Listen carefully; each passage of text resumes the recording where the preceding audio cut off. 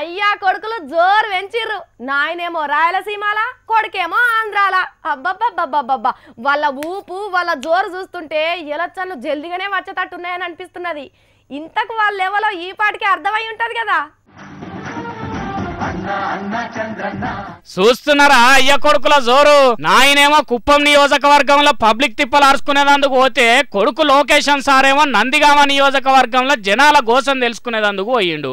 అగో ముందుగాల చంద్రాల సార్ను చూడండి, రాక రాక కుప్పానికి వచ్చిండని పబ్లిక్ అంతా ఎట్లా గుమిగూడిండ్రో. తిప్పల సార్కు చెప్పుకుందామని చేతుల అప్లికేషన్లు కూడా పట్టుకొని వచ్చిండ్రు. అబ్బో సార్ కూడా దరఖాస్తులు తీసుకొని చూడమని చెప్తున్నాడు.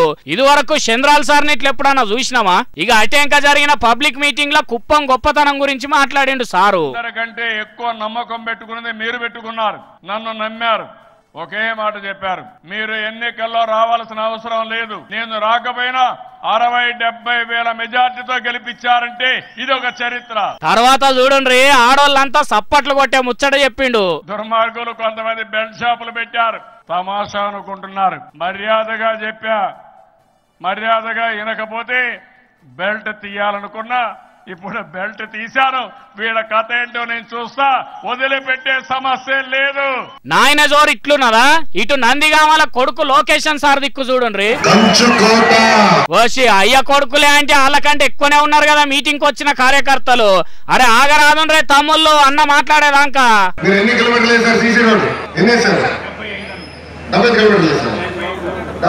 వేశారు. ఎన్ని కిలోమీటర్లు? 2 కోట్లు ఖర్చు పెట్టి చేశారు. ఇగో గిట్ల తాతను పిలుచుకొని తెలుగుదేశం సర్కారు ఏమేం చేస్తున్నదో వివరంగా చెప్పిండు. అయ్య కొడుకుల జోరు చూస్తుంటే అచ్చేదమ్ము కూడా అధికారం మాదే అనుకుంటున్నారట తమ్ముళ్ళు. మరి అధికారం ఉన్నది కదా అని గద్దల మీదనే కూర్చుంటే జగనాల సార్ను చూస్తున్నారు కదా, ఉరుకొస్తున్నాడు. కష్టపడుండ్రి మునుపట్లేక లేవు సారో రాజకీయాలు.